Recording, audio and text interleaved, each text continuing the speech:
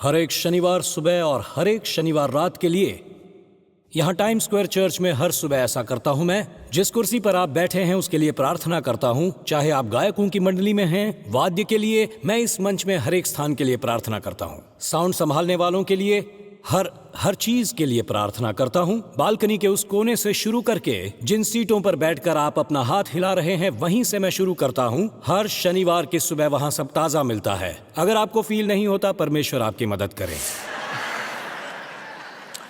फिर हर शनिवार की रात मैं यहाँ आता हूँ और इसकी सुरक्षा के लिए प्रार्थना करता हूँ। मैं घर वापस चला जाता हूँ और हमें जो भी अपने परिवार के साथ करना होता है, जैसे पढ़ाई, वो सब कुछ मैं करता हूँ। फिर यहाँ आता हूँ और जैसा कल किया, 2 चीजों के लिए प्रार्थना करता हूं, ये कहकर कि परमेश्वर इस जगह के लिए हर एक कोने पर एक एंजल खड़ा करो।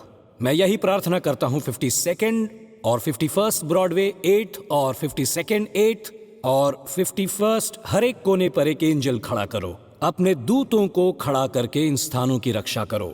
और दूसरी चीज जो मैं करता हूं, यहाँ की एंट्री पॉइंट्स पर मैं प्रार्थना करता हूं, जहां से बच्चे को आप लेकर आते हैं और मंच तक चलकर हमारे गायक मंडली जो आती है, सबके लिए मैं ये कहकर प्रार्थना करता हूं, इस जगह के लिए मैं यीशु के लहू की याचना करता हूं कि कोई भी दुष्ट चीज यहां चलकर ना आए। और पिता, तो इस स्थान को सुरक्षित रखे। तूने हमें एक योजना से यहां रखा है और मैं हर एक चौखट में यीशु के लहू के लिए प्रार्थना करता हूं।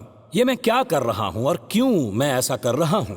मैं सोचता हूं कि हम स्वर्गदूतीय संरक्षण को समझते हैं, पर मैं निश्चित नहीं हूं कि हम यीशु के लहू की सामर्थ्य को नहीं समझते और ये कि हम विश्वासियों के लिए उसका क्या मूल्य है। Doctor R.T. कैंडल, जो मंगलवार की शाम यहाँ प्रवचन देंगे, उन्होंने मुझ पर कई बार प्रार्थना की है और ये वचन कहे जब प्रार्थना को पूरा करते थे वो। मुझे पढ़ने दीजिए पतरस अध्याय 1 पद 1 और 2 पढ़कर सुनाता हूं मैं। पतरस की ओर से, जो यीशु मसीह का प्रेरित है, उन परदेसियों के नाम जो पुंतुस, गलतिया, कप्पदुकिया, आसिया और बिथुनिया में तितर बितर होकर रहते हैं, और परमेश्वर पिता के भविष्य ज्ञान के अनुसार आत्मा के पवित्र करने के द्वारा आज्ञा मानने और यीशु मसीह के लहू के छिड़के जाने के लिए चुने गए हैं। यीशु मसीह के लहू के लिए तुम्हें अत्यंत अनुग्रह और शांति मिलती रहे। यहाँ कुछ टेक्निकल इश्यूज हो रहा है, लेकिन हम अपना काम जारी रखेंगे।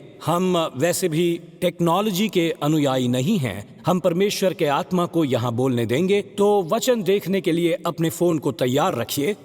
पहला पतरस 1 के वचन 2 में वो कहता है, तुम परमेश्वर पिता के भविष्य ज्ञान के अनुसार आत्मा के पवित्र करने के द्वारा चुने गए हो। और वो ये वचन घोषित करता है, उसे सुनिए। वो कहता है, तुम लोग यीशु मसीह के लहू को छिड़के जाने के लिए चुने गए हो, मसीह के लहू के छिड़के जाने के द्वारा। तो मैं मानता हूं पतरस यहां हमें ये समझा रहे थे कि ये उद्धार का काम था और वे यीशु के लहू द्वारा पाप से मुक्त हुए थे, और ये उद्धार का काम था इसलिए। पर वो ये भी कह रहा था, मेरी राय में कुछ बड़ा और कुछ आगे होने वाला था। वो कुछ हो रहा था कि उनके साथ कुछ होने वाला था और उन्हें तैयार रहना था उसके लिए। लहू ने आपको बचाया है, पर अब आपको ये समझना होगा, हम चाहते हैं कि लहू आपकी भी रक्षा करे। पतरस ने विश्वासियों को सुनाया क्योंकि आगे कोई खतरा मंडरा रहा था। उनके लिए जानना जरूरी था कि ये कितना महत्वपूर्ण है। वे बचाए गए थे, पर उनका संरक्षण भी हुआ था। वो बचाए गए और उनकी रक्षा हुई, सुरक्षा जैसे कि कुछ हुआ हो, इसीलिए वो बचाए गए। मेरा ये विश्वास है कि पतरस उन्हें उस चीज की चेतावनी दे रहा था जो मंडरा रही थी और आने वाली थी। मेरा विश्वास है आज भी हमारे सामने वैसा ही है। कुछ आने वाली चीज मंडरा रही है। मैं अपने देश के लिए बोल सकता हूं, कुछ खतरनाक चीज आने वाली है और हम केवल संस्कृति में घुसपैठ देख रहे हैं, और मुझे लगता है कि इससे बढ़कर आ रहा है और हमें पहले से अधिक यीशु का लहू चाहिए, क्योंकि यीशु का लहू छिड़के जाने के लिए चुना गया है। केवल रुककर इतना ही न कहें, धन्यवाद परमेश्वर, उसने मुझे बचा लिया। जीवन के हर पहलू में मदद के लिए यीशु का लहू चाहिए, प्रायश्चित के लिए यीशु का लहू चाहिए, पर संरक्षण के लिए भी यीशु का लहू चाहिए। और मैं समझाता हूं मैं ऐसा क्यों सोचता हूं। 1 वर्ष के अंदर पतरस ने ये पत्री पढ़ी। कई मानते हैं 9 और 10 महीनों के अंदर रोमी सम्राट नीरो रोम को जलाने वाला था, क्योंकि अपनी महानता के लिए वो नगर का नवनिर्माण करने वाला था। जब प्रजा नीरो के विरुद्ध हो गई, जब उन्हें पता चला नीरो आग लगाने वाला है, उनका ध्यान भटकाने उसने मसीही लोगों को बलि का बकरा बनाकर उत्पीड़न की पहली लहर चलाई, और उसके लिए उसने मसीही लोगों को बलि का बकरा बनाया। उस होने वाले सामूहिक कत्ल से पहले जब पतरस कह रहा था कि लहू के छिड़कने से वो बच गए हैं, कि तुम यीशु मसीह के लहू के कारण बच गए हो, इसकी तुम्हें जरूरत पड़ेगी, क्योंकि एक युद्ध होने वाला है, तो तुम्हें संरक्षण की जरूरत पड़ेगी। ये चर्च का इतिहासकार यूसेबियस था जिसने कहा कि जो उत्पीड़न शुरू हुआ उसमें मसीहियों की गिनती का पता नहीं है। उसने कहा कि अनगिनत और असंख्य लोग सुरक्षित थे, क्योंकि परमेश्वर जानता था कि कुछ होने वाला है। इसीलिए यूसेबियस ने कहा कि जो उत्पीड़न शुरू होगा उसमें मारे जाने वाले मसीहियों की गिनती कर पाना मुश्किल होगा, और उसने कहा कि अनगिनत और असंख्य लोग सुरक्षित थे, क्योंकि परमेश्वर जानता था कि कुछ होने वाला है। परमेश्वर को उसकी भनक लग चुकी थी। अब मित्रों, आपको थोड़ी देर के लिए यह सुनना होगा जब हम पुरानी वाचा की ओर चलेंगे। हम आज भी उसी जगह पर हैं। जी हां, आज जनता के बीच लोग सत्य बोलने से डरते हैं। इस डर से उनकी नौकरी, उनकी शिक्षा पर बुरा प्रभाव पड़ेगा। उन्हें डर है कि उन पर ठप्पा लगा दिया जाएगा, उनकी नौकरी चली जाएगी। और ये अद्भुत है, मैंने ये देखा है कि आप बाइबल के मूल्यों के बारे में बात करते हैं, और मैंने लोगों को अपने स्वर नीचे करते हुए देखा है, सच में, क्योंकि उन्हें पता नहीं उनकी बात कौन कौन सुन रहा है। आज लोग डरे हुए हैं, आज मसीही डरे हुए हैं, और मैं चाहता हूं आप समझें, यदि कोई ऐसा दिन आया जब हमें यीशु के लहू की सामर्थ्य जाननी है, वो आज है।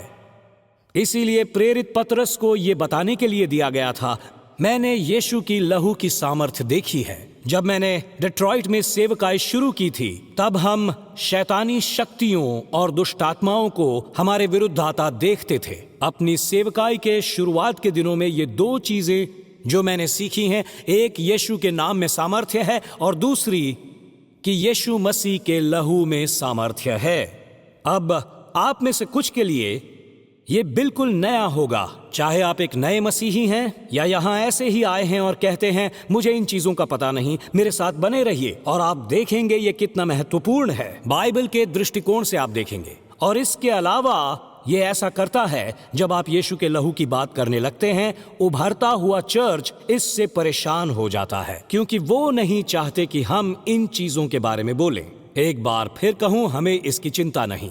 तो यीशु का नाम छुटकारा लाता है, और केवल इतना ही नहीं, यीशु का लहू हमारे लिए संरक्षण भी लाता है। और लोग ये कहने से डरते हैं, और यही कारण है कि कलीसिया पर झूठे सिद्धांतों और झूठे शिक्षकों द्वारा आक्रमण किया जा रहा है। यीशु का लहू चर्च के लिए बहुत भारी है, तो हम बकवास की ओर फिरते हैं और सोचते हैं कि हमें इसी भांति करना है। मेरे पास मध्य पश्चिम के चर्चों की जानकारी आई कि अब वो ये कर रहे हैं जैसे चर्च में मोटरसाइकिल को आशीर्वाद दे रहे हैं, ब्लेस योर बाइक संडे, जहां आप अपनी हार्ली डेविडसन चर्च में लाते हैं और पास्टर उसे अपनी हार्ली डेविडसन से आशीष देगा।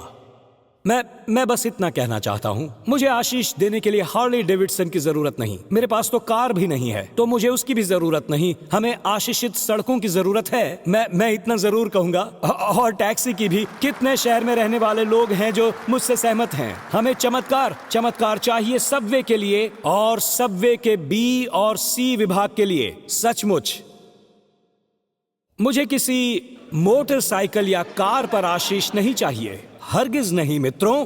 हमें अपने जीवन में यीशु के लहू की और उसकी उपस्थिति की जरूरत है। हमें नौटंकी करने और तमाशा खड़े करने की जरूरत नहीं है, ताकि हम लोगों को आकर्षित कर सकें। मैं कहता हूं और चाहता हूं आप मुझे सुने बहुत ही ध्यान से, क्योंकि चर्च आज अपना जन्म सिद्ध अधिकार बेच रहा है, जैसे एसाव ने उत्पत्ति की पुस्तक में बेच दिया था। जब एसाव को धोखा मिला और उसने भूखा रहने के कारण अपना जन्म सिद्ध अधिकार बेच दिया, और हम चर्च के अगुओं को गिनती और क्लिक्स और फॉलोअर्स और सब्सक्राइबर्स और मशहूर होने के लिए भूखा देख रहे हैं, और वो इसके लिए स्वयं को बेच रहे हैं। क्या बेचा था? एसाव ने आखिर क्या बेचा था जब उसने अपना जन्म सिद्ध दे दिया? सुनिए, ध्यान से सुनिए। वो अपनी आवाज बेच रहा था अगली पीढ़ी को। जन्म सिद्ध अधिकार का अर्थ है आप कुलपति और आने वाली पीढ़ी की आवाज थे, और अगुवे होने के रूप में मैं आपको बता रहा हूं, चर्च अपना जन्म सिद्ध अधिकार बाइक और सांसारिक संगीत के हाथों बेच रहा है ताकि लोगों को अंदर लाया जा सके। और इस सब के बीच में आपको लगता है कि आपकी आवाज बढ़ रही है, आप अपनी आवाज खो रहे हैं, और प्रभाव भी, क्योंकि परमेश्वर ज्योति और अंधेरे और शुद्ध और अशुद्ध के बीच का अंतर दिखा रहा है। इसलिए मैं कहता हूं, जब तक मैं यहां खड़ा हूं और मुझ में परमेश्वर की सामर्थ्य है, मैं चाहता हूं कि ये संसार मुझे सुने। मुझे यीशु के नाम की सामर्थ्य पर विश्वास है, मुझे यीशु मसीह के लहू की सामर्थ्य पर विश्वास है। मुझे विश्वास है कि मुझे जरूरत नहीं किसी बाइक ब्लेस या कार ब्लेस या पेट ब्लेस की। मुझे केवल परमेश्वर की उपस्थिति और पवित्रता पर विश्वास है। बाकी सब केवल तमाशा है।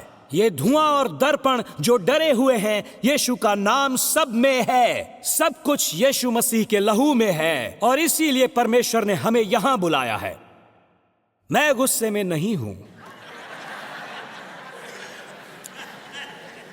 प्रार्थना में यीशु के लहू की याचना करना सुरक्षा की याचना करना है। ये परमेश्वर है। जब परमेश्वर ऐसा करता है, एक रुकावट डालता है जिसे शैतान पार नहीं कर सकता। जब हम लहू की याचना करते हैं, हम कहते हैं, और आप पुरानी वाचा में देख सकते हैं, ये एक रुकावट है। ये लहू की रुकावट जो कहती है शत्रु हमारे पार नहीं जा सकता। और मित्रों, जो भी दूसरी चीजें हैं, शत्रु उनके पीछे पड़ सकता है, पर शत्रु यीशु के नाम से और यीशु के लहू से हरगिज निपट नहीं सकता। इसीलिए वो इसे मंच से हटा रहा है, इसीलिए वो इसे चर्चों से हटा रहा है।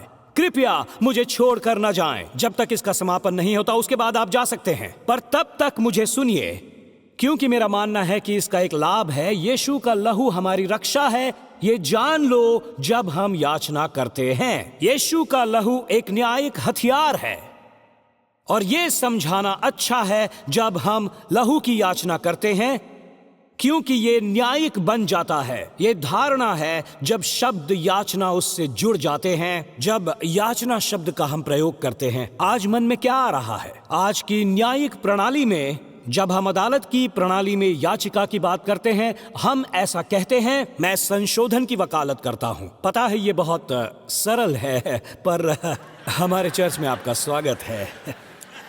जब आप याचिका दायर करते हैं, आप एक ऊंचे कानून की बात करते हैं, आप संविधान की बात करते हैं, आप संविधान के उस संशोधन की बात करते हैं जहां किसी व्यक्ति को आपत्तिजनक जानकारी देने के लिए बाध्य नहीं किया जा सकता। आप एक ऊंचे कानून के पास गए हैं, चाहे जो भी आपके आसपास होगा। जब आप याचना करते हैं, तब यहां कोई नहीं जो संविधान से ऊपर होगा। आप अपील करके ऊपर जा रहे हो। और एक बार मैंने अपने चर्च के एक वकील से पूछा, मैंने उसे टेक्स्ट करके पूछा, एक वकील होने के नाते मुझे बताइए, संविधान की याचना करना, लहू की याचना करना, और ये टेक्स्ट आपके पास्टर का विचार था, संविधान की याचना करना। वकील ने कहा, इस संदर्भ में दलील देने का मतलब स्पष्ट रूप से यह घोषित करना है कि आप नागरिक के रूप में परमेश्वर प्रदत्त अधिकार के रूप में संविधान की सुरक्षा और लाभों के हकदार हैं। ऐसा तब होता है जब आप लहू की याचना करते हो। जब आप लहू की याचना करते हो, अर्थात मैं अपने आप की रक्षा कर सकता हूं, तो मैं किसी ऊंचे के आगे याचना करता हूं जो बीच में आ सकता है जब कुछ मेरे विरुद्ध आता है। मैं परमेश्वर की संतान होने के अधिकार द्वारा लाभ उठाने लगता हूं। मैं वो प्राप्त करता हूं जिसके मैं योग्य नहीं हूं। मैं खुद कुछ नहीं कर सकता, तो ऊंचे न्याय से याचना करता हूं। और मैं ये जानने लगा, इसे मैं आपको वचन में दिखाऊंगा कुछ ही देर में, किसी के लिए यीशु के लहू की याचना करने का अर्थ क्या है, और हमारे घर और बच्चों पर भी ये करने का अर्थ क्या है। मैं इसके 4 अर्थ निकालता हूं। मैं चाहूंगा आप इसे लिख लें या स्क्रीन पर या फोटो खींच लें। पहला अर्थ जो हमने अभी कहा, मैं रक्षा के लिए प्रार्थना करता हूं। नंबर 2, मैं छुटकारा मिलने का विश्वास करता हूं। नंबर 3, और ये मैं आपको समझाऊंगा, मेरी प्रार्थना है कि उन लोगों को एक नई शुरुआत मिले। और नंबर 4, मुझे उस दिन की प्रतीक्षा है जब वो अपनी गवाही देंगे। जो यीशु के लहू ने उनके जीवनों में किया है, ये मैं आपको बताऊंगा थोड़ी ही देर में। नंबर 1, मैं सुरक्षा के लिए प्रार्थना और मुक्ति के लिए विश्वास करता हूँ। मैं परमेश्वर से एक नई शुरुआत मांग रहा हूँ और मैं उस दिन की प्रतीक्षा कर रहा हूँ जब वे अपनी गवाही देंगे। इन लाभों को समझने के लिए आपको पीछे जाना होगा, जैसा वो गीत आपने उन पुराने दिनों पर गाया था, लहू प्रबल होता है। मुझे लगता है लहू की याचना करना, लहू को छिड़कना, जैसा पतरस ने कहा था, हमारी स्थिति में, हमारे घर, हमारे जीवन, हमारी संतान, हमारे मन, हमारे परिवार। लहू की सामर्थ्य मिस्र में रात को आई विपत्ति के समय दिखा। वो चमत्कार लाख यहूदियों के निर्गमन से पहले परमेश्वर अपनी अंतिम विपत्ति फिरौन के पास भेज रहा था, जो परमेश्वर के लोगों को नहीं छोड़ रहा था। और ये वो अंतिम रात थी जब लहू ने सब कुछ नष्ट कर दिया। इसे सुनिए जरा ध्यान से। यहां परमेश्वर कहता है, क्योंकि उस रात को मैं मिस्र देश के बीच में से होकर जाऊंगा और मिस्र देश के क्या मनुष्य क्या पशु सबके पहिलौठों को मारूंगा और मिस्र के सारे देवताओं को भी। और कहता है, मैं दंड दूंगा, मैं तो यहोवा हूं। और जिन घरों में तुम रहोगे उन पर वो लहू तुम्हारे निमित्त चिन्ह ठहरेगा, अर्थात मैं उस लहू को देखकर, हालेलुया, तुमको छोड़ जाऊंगा। और जब मैं मिस्र देश के लोगों को मारूंगा, तब वो विपत्ति तुम पर न पड़ेगी और तुम नाश न होंगे। जो परमेश्वर ने उन्हें करने को कहा था, उसमें कुछ आध्यात्मिक था। मैं इस पर सोचता हूं और ये प्रश्न करता हूं जब निर्गमन की पुस्तक पढ़ता हूं, अगर आपको पता होता कि ये विपत्ति बंधन को तोड़ देती, जब आखिरकार पलटकर फिरौन कहता, मैं इन लोगों को वर्षों की गुलामी के बाद छुटकारा दिलाऊंगा। निर्गमन पढ़ते समय मैं ये प्रश्न करता रहा, तो क्यों, आखिर क्यों 10 तक रुकना पड़ा? क्यों नंबर 10? क्यों 1 क्यों नहीं? आपको 10 अन्य विपत्तियों से क्यों गुजरना पड़ा? समय नष्ट क्यों करना? इतना कह देते, हम सीधे लहू पर चलते हैं। ये कितना आसान होता, बहुत ही आसान हो जाता और समय बच जाता। अगर वो 10-1 होता और परमेश्वर इसराइलियों को 400 वर्ष की गुलामी से छुड़ा रहा है। ये 10वीं विपत्ति थी जब मृत्यु का दूत मिस्र से गुजरता, सारे पहलौठियों को मारकर केवल उन दरवाजों की चौखटों पर जहां मेमने का लहू था वहां से गुजर जाता। पर मेरा मानना है 10 विपत्तियां आने वाली थी। निर्गमन की पुस्तक से मिस्र की 10 विपत्तियां, कुछ तो हो रहा था। विपत्तियों ने मिस्र को शारीरिक और आर्थिक रूप से तबाह किया, पर इससे भी महत्वपूर्ण है, इसे मत भूलिएगा, उन्हें आत्मिक रूप से तबाह किया, क्योंकि विपत्तियों के निशाने पर एक या मिस्र के देवी देवताओं का संयोजन था।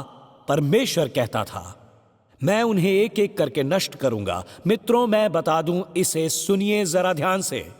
मित्रों, फिर से कहता हूं, मैंने इसी से शुरू किया। वहां 10 क्यों थी? परमेश्वर ने विपत्तियां क्यों भेजी? ताकि कोई बहस ना रहे कि परमेश्वर कौन है।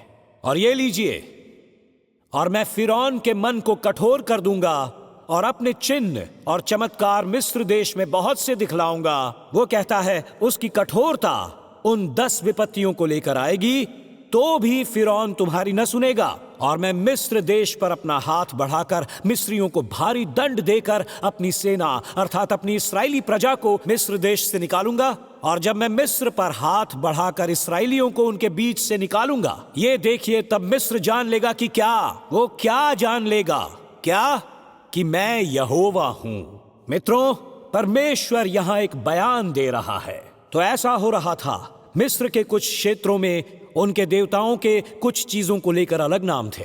तो परमेश्वर कहता है कि मैं पानी से शुरू करता हूं, पर मैं उससे शुरू करूंगा जिसके बारे में कई मानते थे वो मिस्र का सबसे पुराना देवता है। विपत्ति क्रमांक 1, निर्गमन अध्याय 7 वचन 14 में, पानी लहू में बदल जाएगा।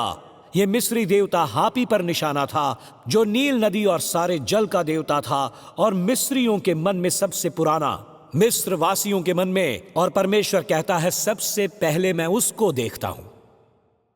विपत्ति नंबर 2, मेंढक। मिस्रियों के लिए मेंढक देवी कहलाते थे, जो पुनरुत्थान का प्रतीक थे। और मैं परमेश्वर को ये कहता देखता हूं, उन्होंने अब तक कुछ भी नहीं देखा। इंतजार करो जब तक नए नियम में वो ईस्टर को नहीं देखते हैं। इंतजार करो तब तक। तो मैं नंबर 2 को नष्ट करता हूं, ये देखने की मैं इन सारे मेंढकों का प्रभु हूं। और जिन मेंढकों को तुम पुनरुत्थान समझते थे, उनसे तुम परेशान हो जाओगे, क्योंकि वे तुम्हारे घर में भर जाएंगे। तीसरी और चौथी विपत्तियां थी कुटकियां तथा जूं, मक्खियां और मच्छर। जहां देवी खेपरी निशाने पर थी, जिसे भृंग और मक्खियों की देवी माना जाता था। इन देवियों को अपने पास रख। पांचवी विपत्ति पशुओं की मौत। यह महत्वपूर्ण पशुधन था, जिसका अर्थ था सफलता और धन। उन दिनों में यह धन का प्रतीक था, और परमेश्वर कहता है, तू अपने धन का स्वामी नहीं है। जो कुछ यहाँ होता है मैं उसका स्वामी हूं। और परमेश्वर कहता है, मैं आगे बढ़कर उसको पीछे ले लूंगा। विपत्ति नंबर 6, फोड़े और फफोले। परमेश्वर ने इम्होटेप को निशाना बनाया है, जो उनका चिकित्सक देवता था। वो देवता जो पुजारी लोगों को चंगा करने का काम करते थे, वो उसे नहीं कर पाए। उन पर फोड़े फफोले थे। जैसे परमेश्वर घोषणा कर रहे थे, तुम चंगाई नहीं देते, चंगाई देने वाला मैं हूं। विपत्ति नंबर 7, जो देवी नट थी, निशाने पर आई। क्या अजीब नाम है, देवी नट। देवी नट ने मिस्र के हर पौधे, हर पेड़, हर जीवित चीज को प्रभावित किया था। और परमेश्वर कहता है, मैं इन सब को बर्बाद कर दूंगा, ये दिखाने की भूमि में किस लिए बीज बोया जब सृष्टि का निर्माण हुआ था। सृष्टि के निर्माण से ही। विपत्ति नंबर 8, टिड्डियां। देवता सेठ पर निशाना साधा, जो था फसलों का निर्माता। देवता टिड्डा, जिसने हर फसल और वनस्पति को खा लिया और देश में अकाल ले आया। विपत्ति नंबर 9, अंधकार। इसके द्वारा सूर्य देवता रा पर निशाना साधा गया, जिसे वे लोग सबसे महान देवता मानते थे। और अचानक जब उन्होंने सोचा कि रा प्रतिदिन उजियाला लाता था, पर परमेश्वर ने कहा, एक ही क्षण में मैं इसे अंधकार में बदल दूंगा, क्योंकि ईश्वर सूर्य नहीं है। मैंने सूर्य की सृष्टि की है, मैंने उसे वहां खड़ा किया है। और अंत में विपत्ति नंबर 10 आती है, जो है परमेश्वर का अंतिम भाग। देवी बेस निशाने पर थी, जो संतान और परिवार की रक्षक थी। और परमेश्वर कहता है, जो परमेश्वर कहता है वो अद्भुत है। और परमेश्वर कहता है, इतना ही नहीं, मैं मिस्रियों को भी बचने का मार्ग दूंगा। जो कोई लहू को अपनी चौखट पर लगाएगा, वो जान लेगा कि उसकी रक्षा की जाएगी। पर मिस्री मानते थे कि सारे फिरौन और उनके परिवार वाले ईश्वर के जीवते अवतार थे। इसीलिए उन्होंने सोचा कि फिरौन की संतान एक देवता है। और वो इन लोगों को देवता मानकर पूजते थे। और परमेश्वर ने कहा, एक ही रात में मैं ही सबका प्रभु हूं। तुम ईश्वर नहीं हो, तुम ईश्वर नहीं बन सकते। और परमेश्वर ने इब्रानियों से कहा, अपने घर की चौखट पर मेमने का लहू लगा। और जब मृत्यु का दूत आया, फसह के पर्व का जन्म। इस शब्द का अर्थ है मृत्यु के दूत का निकल जाना। परमेश्वर मिस्र के देवताओं पर निशाना साध रहा था। परमेश्वर मेमने के लहू की सामर्थ्य को प्रकार रहा था, और वो दिखा रहा था कि सच्चा परमेश्वर कौन है। और मेमने का लहू उन सब का अंतिम भाग था। ये कहना जो आप सोचते होंगे कि ये मामूली चीज जो आप बता रहे थे, और उसके साथ जो आपने ये सब देखा, उसने कहा कि हर बार बात घूमकर सीधी रीति से मेमने के लहू पर आती है। हर एक बार। मित्रों, इतना ही, हर कोई हर चीज को कहीं ना कहीं डालता है, और ये यीशु का लहू है, यीशु का नाम है, जो सदैव स्वयं को परमेश्वर के रूप में प्रतिष्ठित करेगा। चाहे आप जो भी हो, चाहे आप जहां से भी हो, जिसके भी सामने चुनौती हो, लहू प्रबल होगा।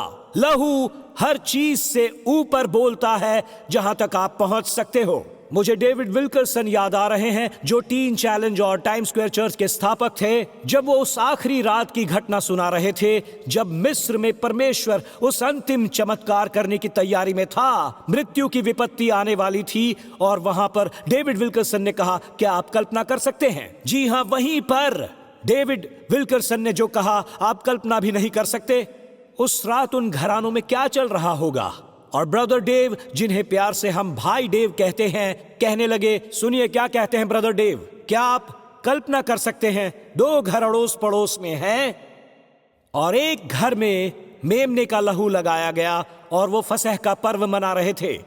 और अचानक बच्चों ने कहा, पिताजी हमें चिल्लाने की आवाज आ रही है, अब हम क्या करें? हमने चिल्लाने की आवाजें सुनी हैं, हमारे घर में क्या होगा? और पिता अपने बेटे को देखता है और कहता है, हम ठीक हैं, हम सुरक्षित हैं, हम पर यीशु का लहू है, हमारे घर की चौखट पर मेमने का लहू है, तुम खा सकते हो, चल फिर सकते हो, हम लहू द्वारा सुरक्षित हैं, हमारी चौखट पर लहू है, हमारे द्वार पर लहू है। और डेविड विल्करसन ने यह कहा, उन घरों का क्या जो पड़ोसी के थे। और बच्चे अपने पिता को देखने लगते हैं ये कहकर, हम चिल्लाने की आवाजें सुन रहे हैं, अब हम क्या करेंगे? और वो पिता जो अलग है ये कहता है, मुझे नहीं पता, मैंने चौखट पर लहू लगाया था, पर पता नहीं ये काम करेगा या नहीं। इतना कहूंगा कि मैंने ऐसा पहले कभी नहीं किया, हमारे लिए ये बिल्कुल नया है, तो इस पर हमने लहू लगाया है, पर पता नहीं क्या होगा। प्रार्थना करो कि परमेश्वर हमें इस समय से बचा ले। उसके बाद डेविड विल्करसन ये प्रश्न करते हैं और फिर वो कहते हैं, दोनों ही सुरक्षित हैं, क्योंकि ये आपका संदेह नहीं है, ये आपका विश्वास नहीं, ना ही किसी और का, ये यीशु मसीह का लहू है जिसने हमें स्वतंत्र किया है, ये यीशु मसीह का लहू है। और मैं आप सबको बता रहा हूं, जब भी मैं इसे देखता हूं मैं उत्तेजित हो जाता हूं। आप वहां बैठकर सोच सकते हैं ये आपकी शिक्षा है, ये आपकी पीएचडी है, चाहे आप जो भी सोचें, मुझे लहू चाहिए, मुझे बस लहू चाहिए, मुझे यीशु का नाम चाहिए जो परमेश्वर ने मेरे लिए रखा, वो मुझे चाहिए। मैं यहां बैठकर ये नहीं कहूंगा, ओ मेरे पास पीएचडी है, गणित है, मेरी डिग्रियां, ओ इसे अपने पास रखिए, मुझे वो लहू दे दीजिए, मेरे बच्चों पर वो लहू लगाइए। ओ मैं इससे बहुत उत्साहित हो जाता हूं, मैं उत्तेजित हो जाता हूं, मैं उछलूंगा, मैं खड़ा हो जाऊंगा, मैं नाचूंगा, मुझे यीशु चाहिए। Hallelujah, hallelujah.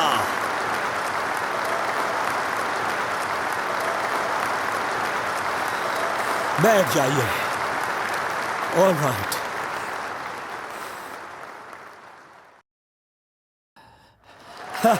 हालेलुया। आप में से कुछ इस गूढ़ रीति से बैठकर ये सोचते हैं, मैं चर्च में हूं, बेशक हम चर्च में हैं, इसीलिए तो मैं उत्तेजित हूं।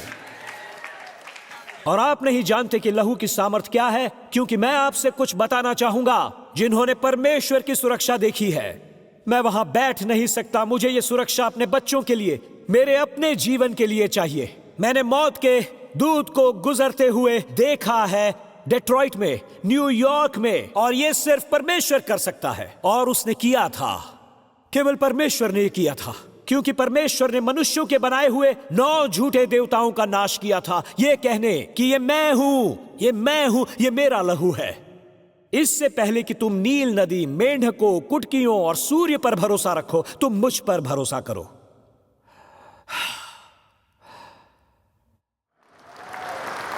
ठीक है, हमें यह जल्दी से करना है। मुझे लगता है यहां 4 चीजें हैं जिसे मेमने के लहू ने परमेश्वर की प्रजा के लिए की उस रात मिस्र में, और मुझे लगता है यह आज भी काम करता है। मेरे विचार में लहू प्रबल होता है। मेरे विचार में पहला काम उसने ये किया, और यह स्पष्ट है, ऐसे घर थे जिनकी चौखट पर लहू था और वो सुरक्षित थे, क्योंकि यहोवा देश के बीच होकर मिस्रियों को मारता जाएगा। इसलिए जहां जहां वो चौखट के सिरे और दोनों अलंगों पर उस लहू को देखेगा, वहां वहां उस द्वार को छोड़ जाएगा और नाश करने वाले को तुम्हारे घरों में मारने के लिए न जाने देगा। यीशु का लहू, मैं अपने मकान पर यीशु के लहू की याचना करता हूं, मेरे बच्चों पर याचना करता हूं, मैं याचना करता हूं। और हमें बचने के बाद लहू की रक्षा चाहिए। चाहे आप जो भी हो, शत्रु आपके विरुद्ध आएगा। मैं उस महान सुधारक मार्टिन लूथर की कहानी पढ़ रहा था। शैतान ने मार्टिन लूथर को निराश कर रखा था जब सुधार का सबसे कठिन समय था, उसे अपने अतीत के प्रति दोषी महसूस कराकर। और लूथर ने अपनी डायरी में लिखा, उसने बताया कि सुधार के दौरान जब वो सब कुछ झेल रहा था, तो एक रात शैतान उससे मिलने आया, और लूथर ने बताया शैतान उसके अतीत के पापों की सूची बनाकर उसे सुना रहा था। और जब शैतान ने अपनी बात पूरी की कि तू ऐसा है, तो लूथर ने कहा, मैंने शैतान को देखा और कहा, जरा सोच, शायद तू मेरे कुछ पुराने पापों को भूल गया है। और शैतान ने, उसने बताया, मुझे अपने पापों की एक और सूची दी, और लूथर ने शैतान को देखकर कहा, क्या कुछ और बचे हैं? और शैतान ने उसे एक और लंबी सूची थमा दी। लूथर ने कहा, उसने शत्रु को देखकर कहा, शैतान, ऐ शैतान, इसे भी उस सूची में शामिल कर दे, लिख दे, क्योंकि यीशु का लहू हमें हमारे सारे पापों से शुद्ध करता है। यीशु का लहू मुझे शुद्ध करता है। नंबर 2, मेमने के लहू का अर्थ है छुटकारा। यह 400 वर्षों की जंजीरों में रहने वाली आखिरी रात थी। मेमने का लहू सारी बेड़ियों को तोड़ने वाला था और वो आजाद हो जाते ताकि स्वतंत्र हो जाएं। वचन 31। तब फिरौन ने रात ही रात में मूसा और हारून को बुलवाकर कहा, तुम इस्राएलियों समेत मेरी प्रजा के बीच से निकल जाओ और अपने कहने के अनुसार जाकर यहोवा की उपासना करो। और उस समय फिरौन ने कहा, हम हार गए, परमेश्वर एक है। और शैतान उन्हें व्यसनों, निराशा और डर के बंधन में रखने का प्रयास करेगा। पर मित्रों, हम वैसे लोग हैं जो यीशु के लहू से धुले हुए हैं। यीशु के लहू से धुले हुए। मैं 14वीं शताब्दी से स्कॉटलैंड के रॉबर्ट द ब्रूस स्कॉटलैंड की कहानी पढ़ रहा था, जो अपनी सेना को इंग्लैंड से स्वतंत्र करवाने के लिए युद्ध करवा रहा था। और अंत में अंग्रेज रॉबर्ट द ब्रूस को पकड़वाने का प्रयास कर रहे थे ताकि उसे स्कॉटलैंड के सिंहासन से दूर रखें। तो उन्होंने अपने शिकारी कुत्तों को उसके पीछे छोड़ दिया। और जब कुत्ते पास पहुंचे और ब्रूस ने उनका भौंकना सुना तो उसके सहायक ने कहा, हम फंस गए, कुत्तों को हमारी गंध आ गई है, वो तुम्हारे छिपने का ठिकाना बता देंगे। तो ब्रूस ने उत्तर दिया, कोई बात नहीं। फिर वो नीचे उतरा। आगे लिखा है, वो नीचे एक नहर की ओर गया जो जंगल में बहती थी और उसमें कूद गया। थोड़ी देर वहीं रुका और दूसरे छोर से बाहर निकल गया। और लिखा है, थोड़ी ही देर में वो शिकारी कुत्ते जो पीछे पड़े थे वो तट पर आकर रुक गए और उसके पीछे आगे न जा पाए। अंग्रेज सिपाही उन पर जोर डाल रहे थे, पर मार्ग टूट चुका था। नहर गंध को उड़ा ले गई थी और थोड़ी देर बाद स्कॉटलैंड का राज्य मुकुट रॉबर्ट द ब्रूस के सर पर था। जी हाँ मित्रों, और उस वक्त उसने बताया, जब हमने उस नहर में डुबकी लगाई और जो शत्रु हमारे पीछे था हमसे वो छीनने को जो आधिकारिक रूप से हमारा था, वो हमारी गंध से वंचित हो गया। इसीलिए मुझे ये पुराना भजन बहुत पसंद है। शब्दों के साथ शुरू होता है वो, पाप से बचाने वाले हे अनमोल फव्वारे, मैं वहां डुबकी लगाकर बहुत खुश हूँ। यीशु मुझे बचाता है और मुझे शुद्ध रखता है। और आगे कहता है, उसके नाम की महिमा हो। और दूसरी पंक्ति जो मुझे प्रेरित करती है, इस फव्वारे के पास आओ जो इतना बढ़िया और मधुर है। अपने प्राण अपने उद्धारकर्ता के चरणों में रख दो और ये सुनिए, आज इसमें डूब जाओ और पूर्ण हो जाओ। उसके नाम की महिमा हो। मित्रों, हम बच जाते हैं जब हम डुबकी लगाते हैं। मित्रों, इसीलिए डुबकी लगाओ। मैं आपको बता दूं, शत्रु आपको बंधन में डालेगा और अपनी गंध को उससे बचाने के लिए डुबकी लगानी है उस लहू में। आज के आज यीशु मसीह के जीवनदायक लहू में हमें डुबकी लगानी है। नंबर 3, एक नए जीवन की शुरुआत है। परमेश्वर ने यह कहा निर्गमन 12:1-2 में, फिर यहोवा ने मिस्र देश में मूसा और हारून से कहा, इस महीने उस लहू के साथ जिसने आपको स्वतंत्र किया, इस महीने, ये महीना आप लोगों के लिए आरंभ का ठहरेगा, यानी ये वर्ष का पहला महीना ठहरेगा। वो कहता, तुम अपने कैलेंडर पर निशान लगाओ। जानते हैं उनके लिए जनवरी की 1 तारीख उनके लिए क्या थी? ये वो थी जब लहू ने उन्हें मुक्ति दिलाई। एक नई शुरुआत, लहू की शुरुआत। लहू की सामर्थ्य आपके अतीत के पन्नों को पलटकर उन्हें एक विजयी भविष्य में बदल देता है। अतीत को एक विजयी भविष्य में। हाँ, ये ऐसा करता है। जब वो महान मेथोडिस्ट इवेंजलिस्ट जॉन वेस्ली एक रात सभा करके घर लौट रहा था, उसे लूट लिया गया। चोर को उसका शिकार जॉन वेस्ली मिला, जिसके पास कम पैसे थे। वो किसी मसीही संस्था में पास्टर थे। उनके पास कुछ चिल्लर थे और एक पत्रिका थी। और जब वो लुटेरा वेस्ली को लूट कर वहां से जा रहा था, वेस्ली ने उसे रुकने को कहा और कहा, मेरे पास कुछ है। और वो लुटेरा हैरान था ये सुनकर, और उन्होंने कहा, मेरे मित्र, तुम लंबी आयु पाकर ऐसे जीवन को लेकर खेदित हो। अगर पश्चाताप हुआ तो इसे याद रखो। उन्होंने कहा, यीशु का लहू तुम्हें तुम्हारे सारे पापों से शुद्ध करेगा। चोर भाग गया। वेस्ली ने प्रार्थना की उसके शब्द फलदायक हों। और अब ये सुनिए, वर्षों बाद वेस्ली रविवार की सभा के बाद लोगों से मिल रहे थे जब एक व्यक्ति उनके पास आया और वो हैरान हुए क्योंकि वो बिजनेसमैन कोई और नहीं, वो लुटेरा था जिसने उन्हें लूटा था। और उसने उन्हें देखा और कहा, मिस्टर वेस्ली, इसके लिए मैं आपका बहुत आभारी हूं। वेस्ली ने कहा, नहीं नहीं मेरे मित्र, मेरे नहीं, तुम यीशु के लहू के आभारी हो जो तुम्हें स्वतंत्र करता है, जिसने ये किया है। और जब उस व्यक्ति ने ये शब्द सुने, उसके लिए नया दिन शुरू हुआ, एक नई शुरुआत। और चौथा नंबर, मेमने का लहू सबको सुनाने वाली गवाही है।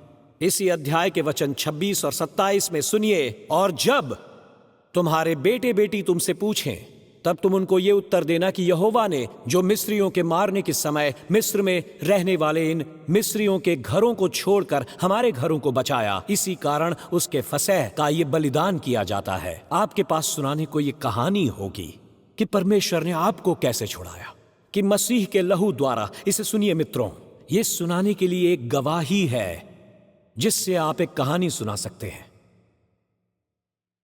अमेरिका के दूसरे सबसे बड़े प्रोटेस्टेंट पंथ ने एक जीवन शैली को अपनाया जो उनके पूरे पंथ के अभिषेक और विवाहों पर लागू होगा। और मैं इस पर यही सोचता हूं, ये वही जॉन वेस्ली है। जी हां, ये वही जॉन वेस्ली है जिसने मेथोडिस्ट आंदोलन शुरू किया था। ये जॉन वेस्ली था जिसके पास सुनाने को एक कहानी थी, उस बिजनेसमैन की कहानी। मैं सोचता हूं लगातार इस बारे में, क्या आपको विश्वास नहीं कि एक नई कहानी के लिए यीशु का लहू काफी है? तो हम ये कर रहे हैं दोस्तों। चर्च और हमारी सरकारें पाप को मंजूरी दे रही हैं क्योंकि वे नहीं मानती कि यीशु का लहू उन्हें एक नई कहानी दे सकता है। मित्रों, मैं नई नई कहानियां सुनाने में विश्वास रखता हूं, और विश्वास रखता हूं परमेश्वर पर, यीशु के लहू पर जब आप ऐसा नहीं करते, आप बंधन में हैं। और जब आप यीशु की सामर्थ्य और यीशु के लहू पर विश्वास रखते हैं, मैं बता दूं, वो आपके द्वारा सुनाने के लिए कहानी देते हैं।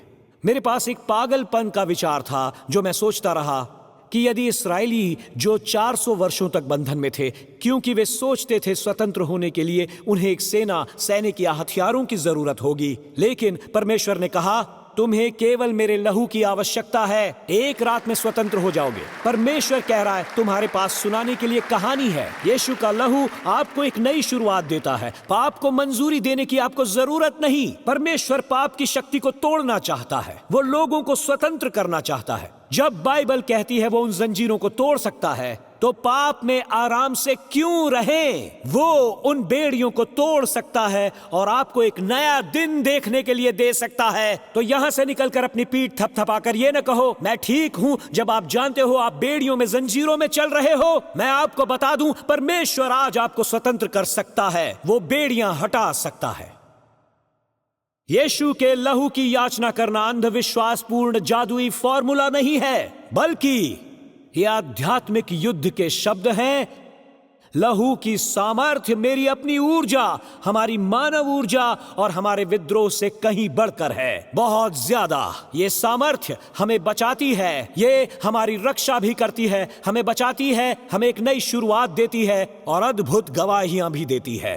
जब आप यीशु के लहू की याचना करते हैं, मेरे विचार में ये उन यहूदी घरों द्वारा किए गए कार्य का प्रतीक हैं। तो इस अंतिम वचन के साथ और नई वाचा के साथ आज हम अंत करेंगे, जो हमें सीधे प्रकाशित वाक्य 12 पर लाता है। जैसे ही संगीत वादक आते हैं, क्योंकि शत्रु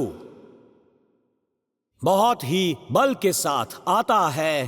पिछले कुछ दिनों से ये प्रकाशित वाक्य अध्याय 12 आध्यात्मिक युद्ध पर है, और प्रकाशित वाक्य 12 में शैतान 5 विभिन्न व्यक्तियों पर आक्रमण करता है। वो स्वर्गदूतों के पीछे पड़ता है, वो संसार के पीछे पड़ता है, वो चर्च के पीछे पड़ता है, इस्राएल के पीछे पड़ता है और यीशु के पीछे पड़ता है।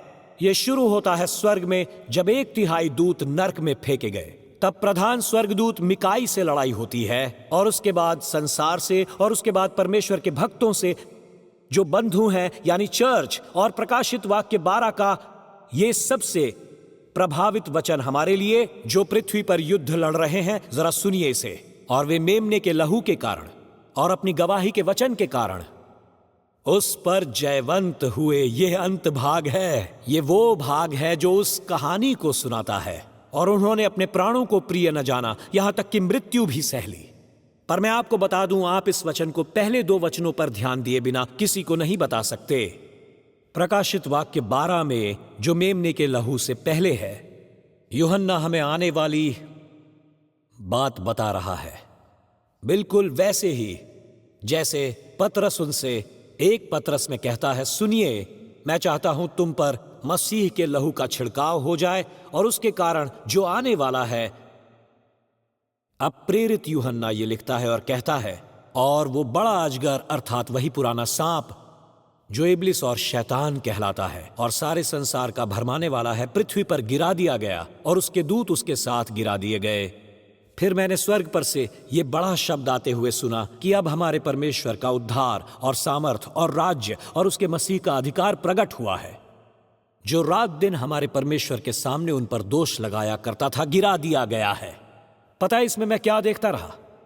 हम जो आध्यात्मिक युद्ध लड़ रहे हैं उसकी बात करें तो क्या आपने देखा, उसने हमें शैतान के नरक के 5 नाम बताए जो हमारे विरुद्ध हैं, और वो बड़ा अजगर अर्थात वही पुराना सांप जो इब्लिस और शैतान कहलाता है, वो सब 2 वचनों में, सब उनमें है। और मित्रों, वो मेरे विचार में ये समझना महत्वपूर्ण है कि नरक हमारे विरुद्ध बाढ़ लाता है, एक बाढ़। मैं उस बाढ़ के बारे में सोचता हूं जो नरक से आ रही है। इन शब्दों पर विचार कीजिए, शैतान, इब्लिस, हमारे भाइयों पर दोष लगाने वाला पुराना सांप, वो पुराना सांप, हे मेरे प्रभु। और मैं सोचता हूं एक ही नाम उनमें से काफी है, मुझे 5 अलग अलग नामों की जरूरत नहीं है। और कुछ लोग इसे चित्रित करने का प्रयास करेंगे जिसमें मुझे कोई समस्या नहीं दिखती। मेरे विचार में कुछ चीजें हमारे लिए स्पष्ट होने लगी हैं। ये वचन ये है, जब शत्रु महानद की नाई चढ़ाई करेंगे तब यहोवा का आत्मा। और मैं जब इस भाग पर विचार करता हूं मित्रों कि ये क्या है, मेरा अर्थ है जब शत्रु आता है तो परमेश्वर का आत्मा झंडा खड़ा करेगा। मैं सोचता हूं ठीक है, लेकिन आखिर इसके मायने क्या है? क्या मतलब है इसका कि जब शत्रु एक महानद की भांति आता है तब यहोवा का आत्मा उसके विरुद्ध झंडा खड़ा करता है। मुझे ये वचन बहुत पसंद है, पर इस भाग पर मैं विचार करता हूं कि ये झंडा है क्या? क्या है ये झंडा? क्या अर्थ है इस तरह से कहने का कि वो झंडा खड़ा करता है? क्या है इसका मतलब? कैसा है ये झंडा? क्या मैं आपको इसका मतलब बताऊं? ये वचन मुझे बाढ़ जैसा लगता है। शैतान, सांप, इब्लिस, दोष लगाने वाला अजगर। क्या ऐसा है कि जब झंडा ऊपर होगा वही अंतिम समय के आक्रमण का विरोध करेगा?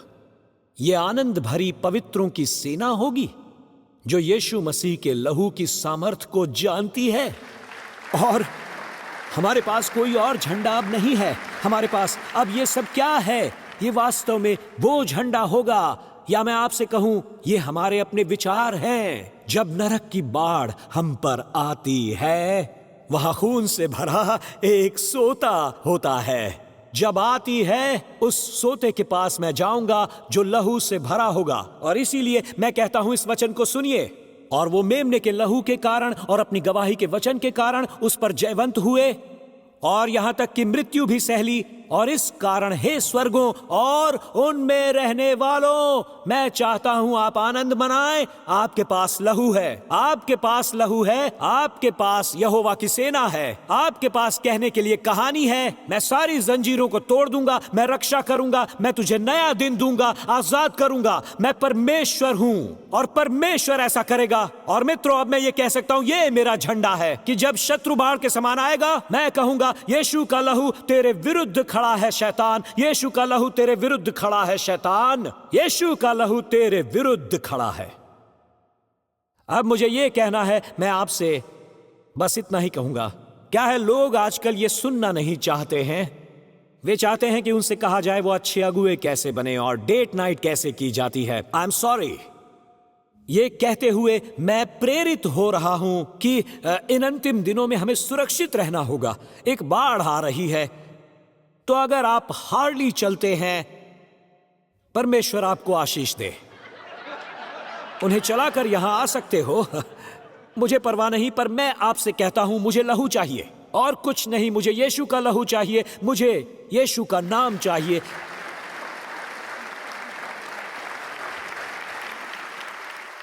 मुझे पता है जो मैं कहता हूं। सुनिए, मुझे परवाह नहीं, बिल्कुल परवाह नहीं। तो मुझे ये कहने दीजिए, क्योंकि मुझे ये कहना होगा और मुझे पता है लोग मुझसे ये कहने के लिए नफरत करेंगे, चिट्ठियां आएंगी, वो सारे रिव्यूज, लेकिन मैं एक स्टैंड ले रहा हूं।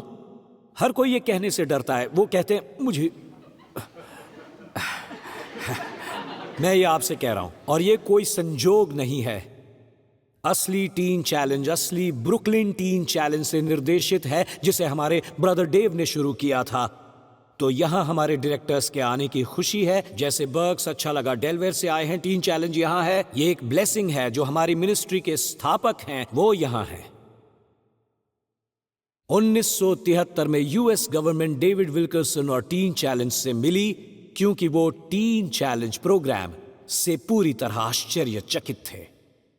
1973 में सबसे बड़े गवर्नमेंट ड्रग प्रोग्राम द्वारा 10% से भी कम एक वर्ष बाद नशा मुक्त हो गए और वे समझ नहीं पाए 86% टीन चैलेंज ग्रेजुएट्स एक वर्ष के बाद भी नशा मुक्त रहे। उनकी समझ में नहीं आया। उन्होंने 7 वर्षों का अध्ययन किया। यूनाइटेड स्टेट्स की सरकार ने अपने सारे संशोधकों को भेजकर यह रिसर्च 7 साल चली और उन्होंने देखा कि यह सच है। उन्होंने देखा, उन्होंने सारे प्रयास किए, ये लिखा है, ये डीसी में है और इस पर राज्य सरकार ने यह कहा।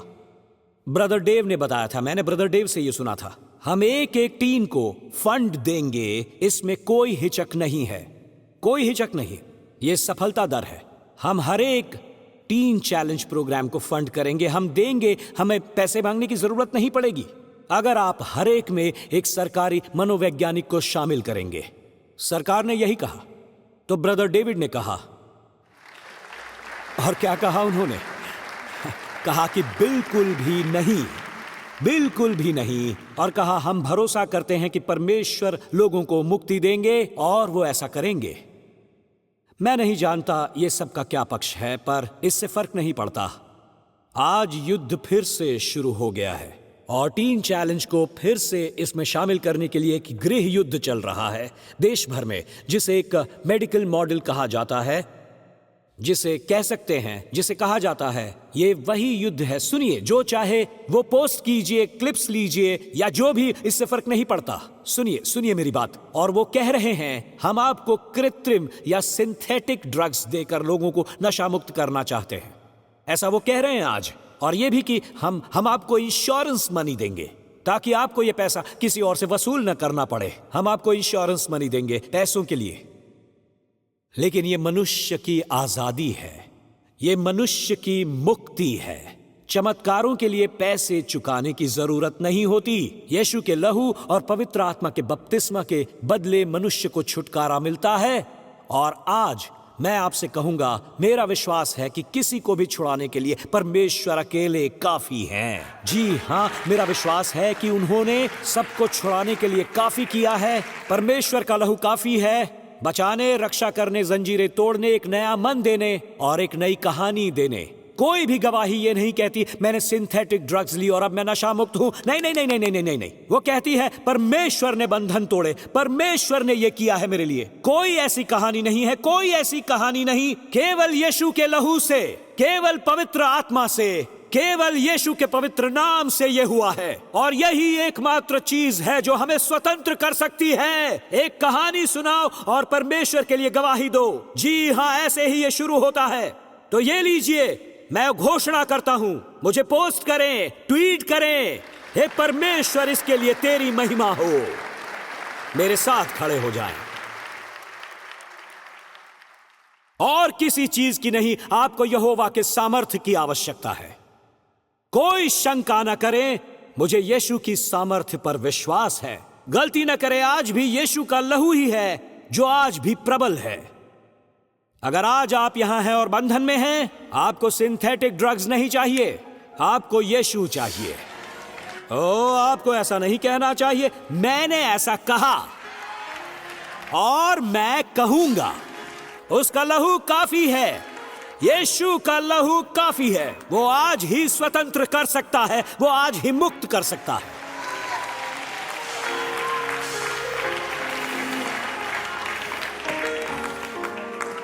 ओ, तो चलिए अब हम गाएंगे। शुरू हो जाओ। Oh, the blood चलिए अपने हाथ उठाइए। Jesus shed for me. चलिए उस पर विश्वास है तो अपने हाथ ऊपर उठाइए। Way back on hell. हम लहू की याचना करते हैं, हम लहू की याचना करते हैं। Yes, God, that gives me strength from day to day. It will never lose its power. Oh, you know it reaches to the highest mountain. Oh, that blood it flows to the lowest valley. Oh yes, you know the blood, my God, that gives me strength from day to day. It will never lose. Yes. अगर आज आप यहाँ हैं और सोच रहे हैं मुझे मुक्ति चाहिए, मुझे नया दिन चाहिए, नई शुरुआत चाहिए, मुझे एक गवाही चाहिए, शत्रु ने मुझे बंधन में बांध रखा है, मुझे घर जाना है, परिवार के पास, मुझे विवाह के लिए मुक्ति चाहिए, तो हाथ उठाएं अपने। मैं चाहता हूँ मेरे साथ सब लोग हाथ उठाएं और कहिए, मैं अपने घर के लिए यीशु के लहू की याचना करता हूँ। मैं यीशु के लहू की याचना करता हूँ, अंधविश्वास के रूप में नहीं। मैं ये याचना करता हूँ, बोलिए, मेरी बेटी के लिए, मेरे बेटे के लिए याचना करता हूँ, अपने परिवार के लिए याचना करूंगा, अपने स्वास्थ्य के लिए, मेरे शरीर के लिए। हमारी चौखट पर यीशु का लहू लगाते हैं। हम ऊंचाई पर जा रहे हैं, हम ऊंचाई पर जा रहे हैं, किसी भी संविधान से भी ऊपर। हमें किसी की याचना नहीं करनी है, हमें यीशु के लहू की याचना करनी है और हम इसी वक्त मांगते हैं। हम लहू की याचना करते हैं। अभी मेरे साथ कहिए, चलिए सब मिलकर एक साथ कहिए, हम याचना करते हैं। मैं गायकों के लिए लहू की याचना करता हूँ, संगीत वादकों के लिए, इस भवन के लिए यीशु के लहू की याचना करता हूँ। यीशु के लहू की याचना हमारे परिवारों के लिए। हे यीशु, मैं लहू की याचना करता हूँ, तेरे लहू की याचना। हालेलुया! उद्धार के लिए, रक्षा के लिए, एक नई शुरुआत के लिए, नई गवाही के लिए। हे ईश्वर, हे परमेश्वर, मनुष्यों के बनाए हुए सभी देवताओं को कुचल दो और यीशु के लहू को फिर से प्रबल होने दो। फिर से यीशु के लहू द्वारा हम लहू पर विश्वास करते हैं। Hallelujah, hallelujah, hallelujah. ये पहुंचता है, चलो चर्च, ये पहुंचता है। गाओ मेरे साथ। You know it reaches to the highest mountain. Oh, you know it flows to the lowest valley. Oh yeah, you know the blood, yeah, that gives me strength from day to day.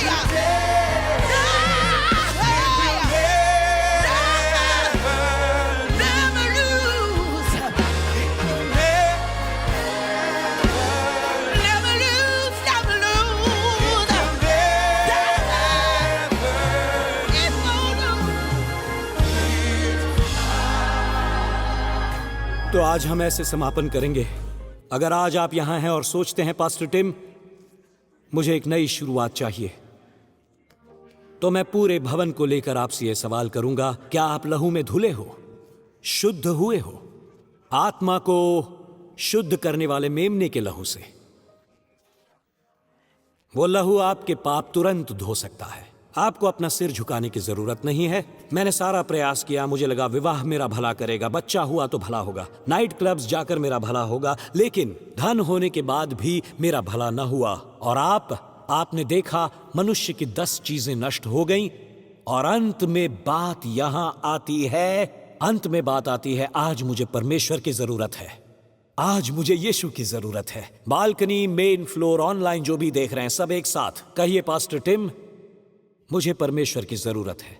मैंने सारे प्रयास किए हैं और मुझे परमेश्वर की जरूरत है। इन जंजीरों को तोड़ने के लिए मुझे उसकी जरूरत है। मुझे बचा लो, कहिए मुझे बचा लो, मुझे छुड़ा लो, एक नई शुरुआत दो और बताने के लिए एक गवाही भी। मुझे इसी की जरूरत है। सब जो देख रहे हैं, बालकनी, सामने मेन फ्लोर, जो जर्सी कैंपस से देख रहे हैं, जगत भर से जो हमें देख रहे हैं और कहते हैं पास्टर टिम मुझे ये चाहिए, मुझे परमेश्वर की जरूरत है, तो अपने हाथ को उठाइए और मेरे लिए प्रार्थना कीजिए मेरे साथ। जी हाँ, जी हाँ, जी हाँ, ये सारे हाथ, सारे के सारे हाथ ऊपर रखिए, ऊपर रखिए अपने हाथ को, वहां पीछे तक, ऊपर तक। बालकनी में देखना चाहता हूं। हाँ हाँ हाँ, वहां वहां वहां। बालकनी में जो आगे खड़े हैं वो सब के सब, और पीछे जो खड़े हैं वहां तक, सारे के सारे मिलकर प्रार्थना करेंगे। मेरे साथ कहिए, प्रिय प्रभु यीशु, मैं मानता हूं तू परमेश्वर का पुत्र है। मैं मानता हूं कि क्रूस पर तूने मेरे पाप, मेरी लज्जा, मेरे दोष उठाए और उनके बदले मरा। मेरे बदले तूने नरक का सामना किया ताकि मुझे न जाना पड़े। तू मृतकों में से जी उठा ताकि मुझे स्वर्ग में जगह, पृथ्वी पर एक उद्देश्य और तेरे पिता के साथ एक रिश्ता मिले। आज प्रभु यीशु, मैं अपने पाप से मन फिराकर नए सिरे से जन्म लूंगा और ये जोर से कहेंगे कि परमेश्वर मेरा पिता है, यीशु मेरा उद्धार करता है, पवित्र आत्मा मेरा सहायक है, स्वर्ग मेरा घर है और मैं लहू की छत्र छाया में हूं, यीशु के नाम से। और हर कोई कहेगा आमीन, आमीन,